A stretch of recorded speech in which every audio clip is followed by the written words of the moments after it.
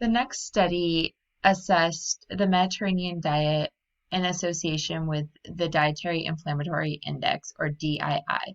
The Dietary Inflammatory Index is a validated tool for assessing anti-inflammatory and pro-inflammatory factors in the diet. The DII is used to assess health outcomes.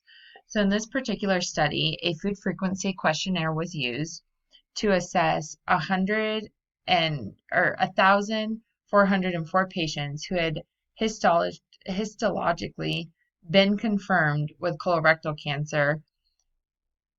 The patients completed the food frequency questionnaire, and researchers created an energy-adjusted dietary inflammatory index score to assess the Mediterranean diet adherence through the Med Diet score. So each increase of the DII score revealed an 8% higher risk of death. So less fruits and vegetables resulted in a higher DII score. When adhering to the Mediterranean diet, fruit and vegetable intake was a lot higher, and risk of death decreased drastically. Many of the studies in this systematic review assessed adherence to Mediterranean diet.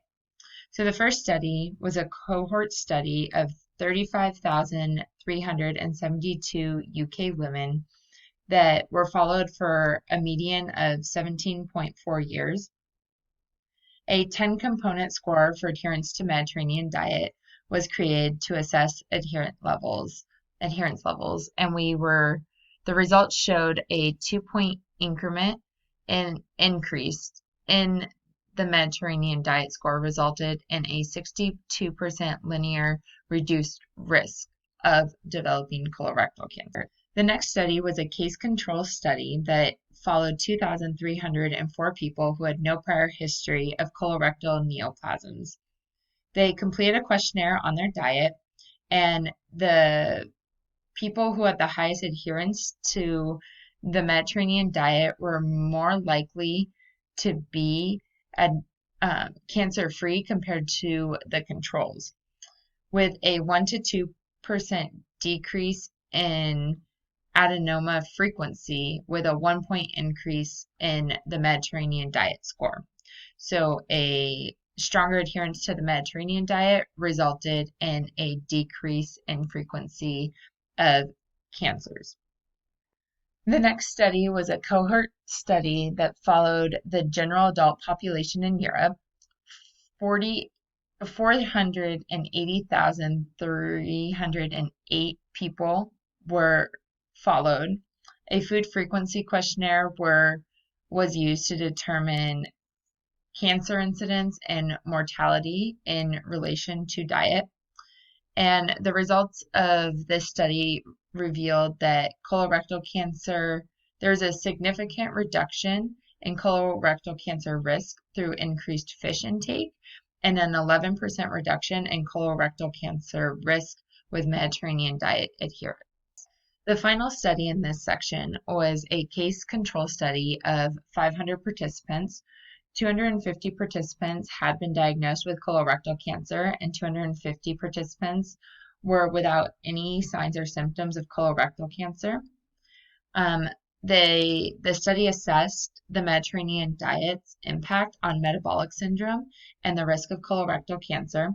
And metabolic syndrome was 44% higher in cases compared to the controls, and was significantly linked to the colorectal cancer with a p-value of 0.04.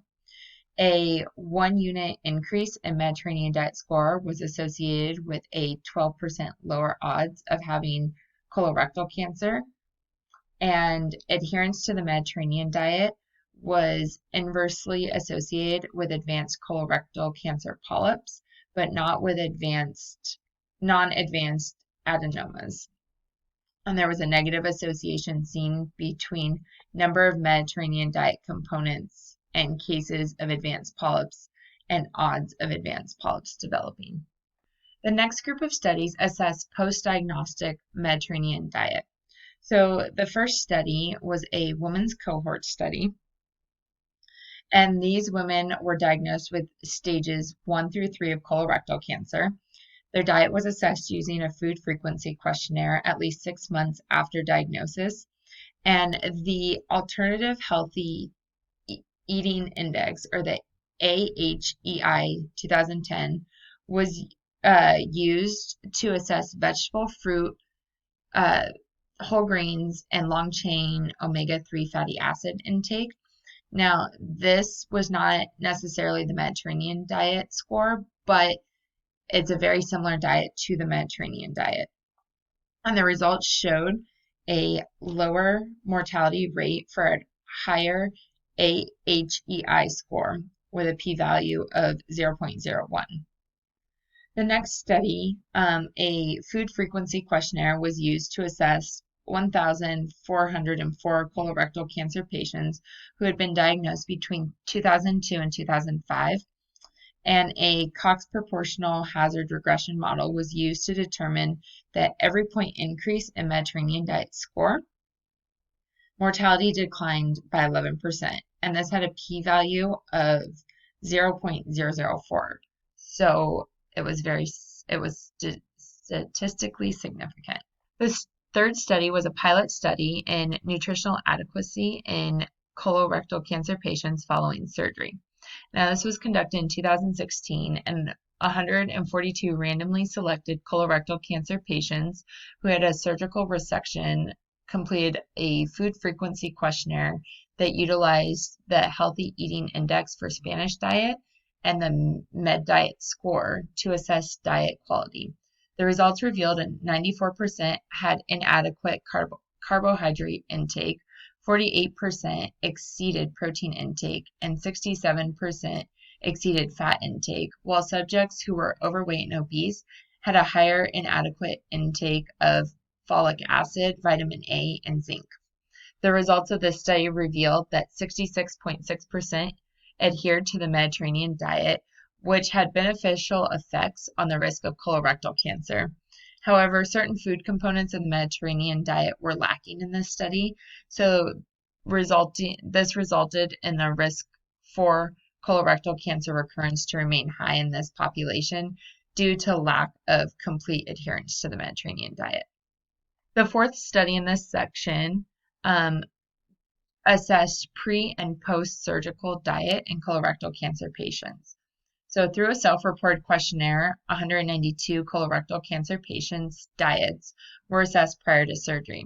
There are 4 dietary patterns that were assessed, which are the Western diet, which is high in potatoes, red and processed meat, poultry, and cake. The fruit and vegetable diet, which was high in fruits, vegetables, vegetable oil, and soy products. The bread and butter diet, which was high in bread, butter, and margarine. And the high carb diet, which was high in pasta, grain, non-alcoholic beverages, and sauces.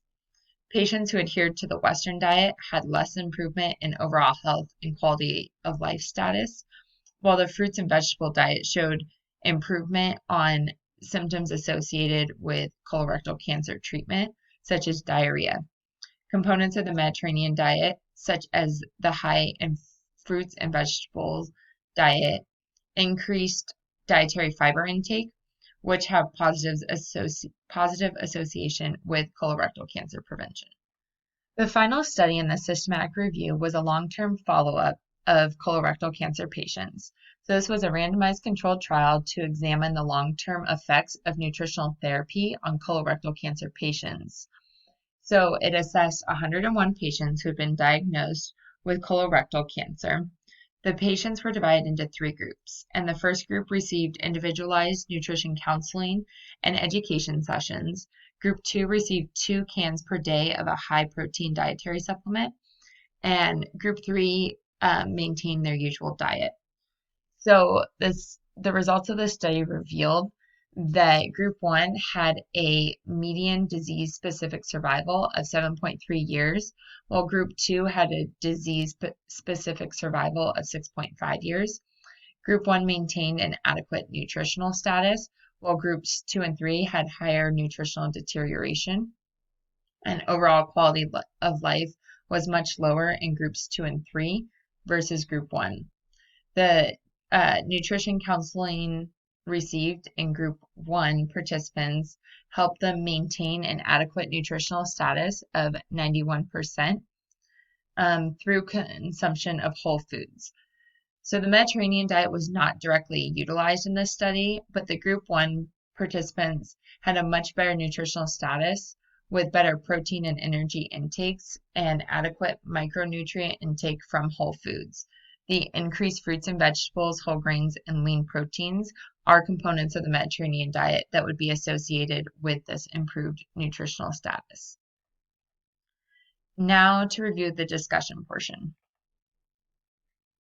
So in regards to the components of the Mediterranean diet, increased fruits and vegetable consumption, olive oil, and fish provided beneficial effects in decreasing the recurrence of colorectal cancer. Higher adherence to the Mediterranean diet has an inverse effect with colorectal cancer occurrence. While limited research has been conducted on the effects of Mediterranean diet following treatment for colorectal cancer, 2 of the post-treatment studies did focus on diets following treatment of colorectal cancer. And the results of this revealed that diets that are higher in whole grains, fruits and vegetables, long-chain omega-3 fatty acids, and low in red meat, sodium, and trans fat had a lower mortality rate than the Western diet. And this evidence suggests that the Mediterranean diet would help lower the risk of colorectal cancer recurrence following chemotherapy treatments. The long-term nutritional intervention study had a positive effect on survival rate and disease outcome through providing nutrition counseling that encouraged increased fruits and vegetable intakes and included olive oil, which are shown to have a positive effect on survival rate and disease outcome. The Dietary Inflammatory Index has been used to assess inflammation caused by various nutrients. The Mediterranean diet is low on the Dietary Inflammatory Index, which has been linked to a lower risk of death following treatments. Overall, these studies provide evidence that indicates that the Mediterranean diet may reduce the risk of recurrence of colorectal cancer following chemotherapy treatments. Now, there are some limitations to this study. Only food frequency questionnaires were used in many of the trials, and this could result in error in diet reporting if there was miscommunication with the participants, and self-report diets could result in error as well, because the participants could be changing what their actual diet was. A wide age range was assessed in this study, so that could have some effects on death rates and disease outcomes. Dietary scores were calculated differently between the studies, so different Mediterranean diet scores were used in each study, which makes it difficult to compare them. And there was only one reviewer of this study. The conclusion of the systematic review is there is an inverse effect the Mediterranean diet has on colorectal cancer, indicating that the Mediterranean diet could reduce the risk of recurrence in colorectal cancer patients following treatment. Further studies would be needed to confirm this, but based on the information in the studies reviewed, this is the conclusion I have drawn. Thank you for your time, and I'm more than happy to answer any questions you may have.